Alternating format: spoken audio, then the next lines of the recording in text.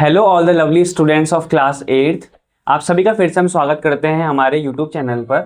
और आज जो हमारा ये पर्टिकुलर वीडियो होने वाला है वो होने वाला है क्यूब सेक्शन का, जो कि हमारा फर्स्ट चैप्टर था स्क्वायर एंड क्यूब के बारे में।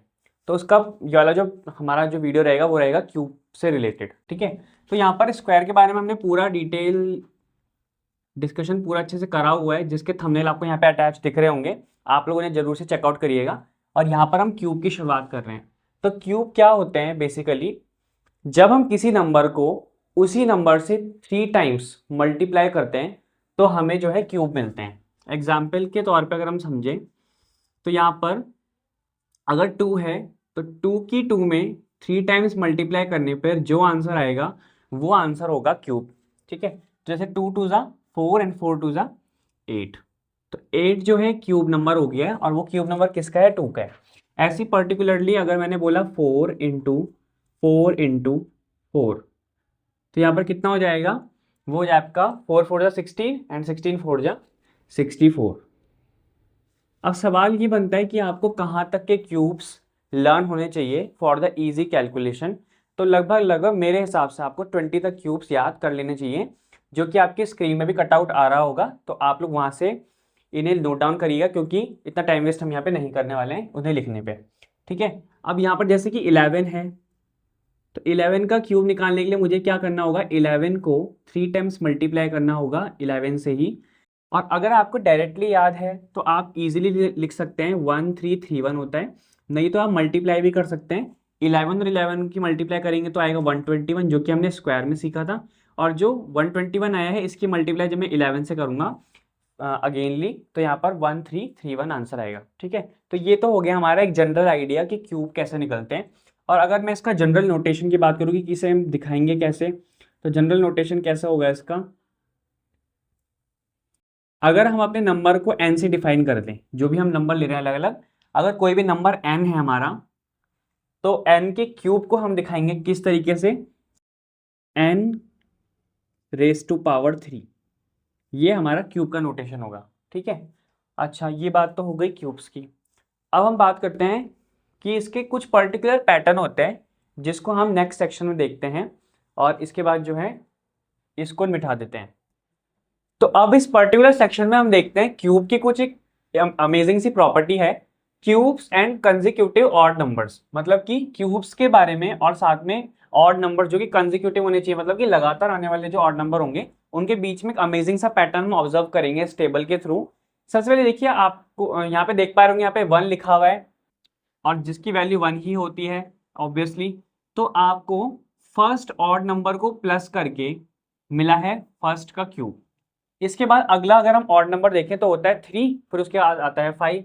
तो अगले जो 2 ऑड नंबर्स का जब आप प्लस करेंगे, वो भी लगातार आने वाले, तो आपको मिलेगा 8, जो कि किसका क्यूब होता है? 2 का। अब ऐसे ही 5 के बाद आता है अगला 7, देन 9 एंड देन 11। तो तीनों को जब आप समीशन करेंगे तो यहाँ पर 27 निकल के करके आता है, और 27 किसका क्यूब होता है? वो होता है 3 का क्यूब। अब ऐसे ही आप 11 के बाद चलेंगे 13, फिर 15, फिर 17 एंड फिर 19। तो इन चारों का जब आप सम करेंगे तो आपके पास 64 निकल करके आएगा, जो कि होता है 4 का क्यूब। ठीक है, इसको हम एक बार कर भी सकते हैं, एक बार चेक करने के लिए। 4 इंटू 4 इंटू 4, तो यहाँ पे 4 4 जा 16 एंड 16 4 जा 64। तो यहाँ पर हमारा सेटिस्फाई हो रहा है। ऐसे ही 19 के बाद आप 21, 23, 25, 27 और 29, यानी कि 1 2 3 4 और 5 कंसेक्यूटिव ऑड नंबर्स को जब आप प्लस करते हैं तो आता है 125। और यहाँ पर ये भी 5 का क्यूब निकल के आएगा, क्योंकि आपने 5 लगातार आने वाले ऑड नंबर्स को प्लस किया है। इसके बाद आप 6 अगले जब आप प्लस करेंगे तो यहाँ पर 216 आ रहा है, जो कि होता है 6 का क्यूब। तो यहाँ पर जो ये प्रॉपर्टी हम देख रहे हैं, ये हमने ऐसी सिमिलर प्रॉपर्टी एक बार स्क्वायर रूट्स में भी ऑब्जर्व करी थी। तो ये इसका एक पैटर्न हो गया है। इसके बाद हम चलते हैं अपने क्यूब रूट्स के टॉपिक पे। तो अब जो हमारा सेक्शन है अगला, वो है क्यूब रूट्स के बारे में। और क्यूब रूट्स बिल्कुल सिमिलर है, जैसा हमने स्क्वायर रूट पढ़ा था उसी की तरह बिल्कुल। अब क्यूब रूट्स क्या होते हैं? देखिए, क्यूब्स का हमने डिस्कशन कर लिया है कि जब किसी नंबर को हम 3 टाइम्स मल्टीप्लाई करेंगे उसी नंबर से, तो हमें जो आंसर निकल करके आता है वो होता है क्यूब। और क्यूब रूट उसका रेसिप्रोकल हो जाएगा। इट मीन्स, एग्जाम्पल से समझते हैं। जैसे हमारे पास लेट से 3 है, तो 3 की जब मैं 3 बार मल्टीप्लाई करूंगा तो मेरे पास आता है 3 3 जा 9 और 9 3 जा 27। तो ये तो हो गया इसका क्या, क्यूब। लेकिन जब मुझसे पूछा जाएगा कि 27 का क्यूब रूट कौन होता है, तो मैं उसे कैसे आंसर कर सकता हूँ, सबसे पहले मुझे उसके फैक्टर देने होंगे। तो यहाँ आएगा 3 9 जा 27, 3 3 जा 9 एंड 3 1 जा 3। तो यहाँ पर जब मैं इसका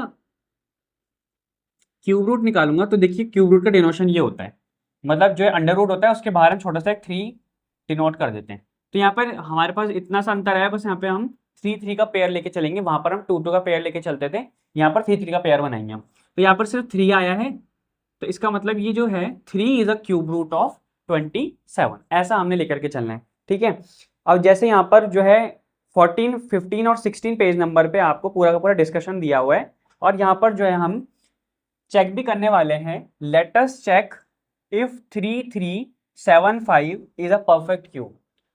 हमें 3375 को चेक करना है। परफेक्ट क्यूब कब बनेगा कोई भी डिजिट, जब उसके सारे के सारे प्राइम फैक्टर्स का पेयर अप हो जाएगा 3 3 के साथ में। ठीक है, तो यहाँ पर देखते हैं सबसे पहले हम किससे इसको कर सकते हैं। देखिए 3 और 3 कितने होते हैं, 6, और 6 और 5 होते हैं 11, और 11 और 7 होते हैं 18। तो 18 जो है इजीली 3 की टेबल में आता है, तो हम यहाँ पर इसे क्या कर सकते हैं, 3 से डिवाइड दे सकते हैं। तो यहाँ पर आ जाएगा 3 1 जा 3, 3 1 जा 3, 3 2 जा 6 एंड 3 5 जा 15। ऐसे ही फिर से अगेन चलते हैं, 5 और 2 7, 8 और 9, तो 3 3 जा 9, और यहाँ पर कितना आ जाएगा 2 बचेगा, तो 3 7 जा 21 और 3 5 जा 15। देन हम चल सकते हैं यहाँ पे फिर से 3 से, 3 1 जा 3, 3 2 जा 6 एंड 3 5 जा 15। अब ये सीधा 5 से जाएगा, क्योंकि यहाँ पे 5 और 2 होते हैं 7 और एक 8, तो ये तो नहीं जाएगा 3 से। तो यहाँ पर क्या करेंगे, 5 2 जा 10 एंड 5 5 जा 25। ऐसे अगेन 5 5 जा 25 एंड देन ऑल्सो 5 1 जा 5। तो पेयर अप अगर हम करें तो यहाँ पे 3 का पेयर बन गया है 3 3 का, और 3 3 का यहाँ पे भी जोड़ा बन गया यानी कि वो है 5 का। तो यहाँ पर क्या करेंगे, 3375 का जो क्यूब रूट निकालेंगे वो होगा 3 into 5, that is equal to 15, यानी कि 15 का क्यूब होता है 3375। और हम परफेक्ट क्यूब उसी डिजिट को बोलेंगे जिसमें कि सबका सबका 3 3 का पेयर बन जाएगा। ठीक है, जैसे कि इसमें बन गया, कोई भी छूटा नहीं है। अगर कोई डिजिट यहाँ पे छूट जाती तो वो परफेक्ट क्यूब नहीं होता। जैसे कि एग्जांपल हम और ले सकते हैं यहाँ पर से, यहाँ पर एक और क्वेश्चन बोल रहा है हमें पेज नंबर 14 में ही, वो बोल रहा है इज 500 अ परफेक्ट क्यूब। तो 500 के हमें क्या ले लेने, फैक्टर ले लेने पहले। तो 500 की फैक्टर ले लेते हैं, तो 5 से जाएगा या फिर 2 से भी दे सकते हैं आप। तो 2 से देंगे अगर तो 250 टाइम्स जाएगा ये। फिर 2 1 जा 2, 2 2 जा 4 और 2 5 जा 10। देन ये 5 से जाएगा। 5 के कितने टाइम्स में, देखिए यहाँ पर हमने अगेन यहाँ पे करा हुआ है, तो यहाँ से आप शॉर्टकट ले सकते हैं। 25 टाइम्स जाएगा, देन 5 5 जा 25 एंड 5 1 जा 5। अब यहाँ पर आप ऑब्जर्व करें तो 5 का तो पेयर पूरा पूरा बन रहा है 3 3 के साथ में, लेकिन 2 की एक कमी पड़ रही है। तो अगर कमी पड़ रही है कहीं पर भी, इसका मतलब वो नॉट अ परफेक्ट क्यूब हो जाएगा, नॉट अ परफेक्ट क्यूब। तो ये तो था हमारा पूरा इंट्रोडक्शन अबाउट द क्यूब और क्यूब रूट्स के बारे में और उसकी प्रॉपर्टीज के बारे में। अगली वाली वीडियो में हम डिस्कशन करेंगे about the figure it out of the cube root, जो कि हमारा लास्ट वीडियो होगा रिगार्डिंग दिस पर्टिकुलर चैप्टर। तब तक के लिए आप लोग देखते रहिए हमारा चैनल और सब्सक्राइब जरूर करिए। Thank you, have a nice day.